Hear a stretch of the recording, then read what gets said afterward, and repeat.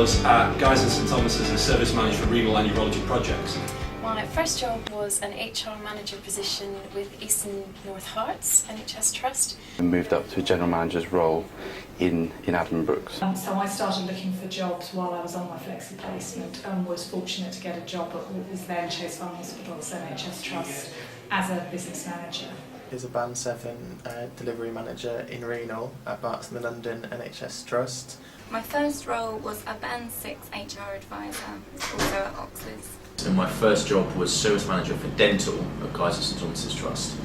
Well, the old HSJ. And I really enjoyed the placement I did in public health. So after the scheme, or during the scheme, I decided that I'd like to look for jobs in public health. And NHS jobs is how I kind of started doing that. I found my first job via NHS jobs, as I think the majority of people do. I was very lucky in finding my job. I had previously worked at Guy's and St Thomas's before joining the scheme. I used the network of people that I knew to find the job.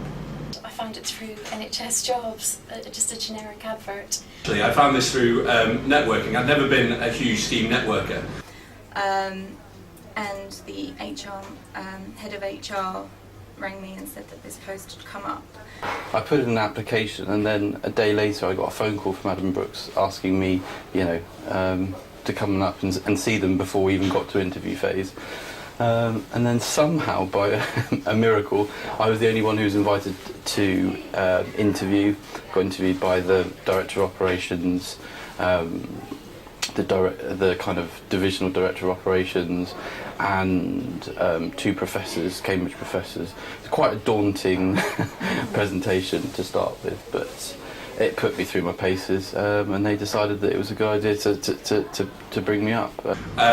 But I had a friend who worked in HR and had recently moved to London and worked at Guy's, and was doing an investigation with another ex-scheme person who had started in finance and moved to operational management, similarly to what I'd wanted to do.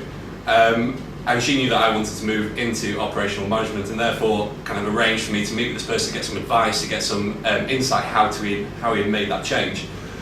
So I ended up meeting him for a coffee. I kind of knew going back there I was going to have quite a good support network, and that has transpired to be the case as well, that they've really helped me develop both academically and in my career as well.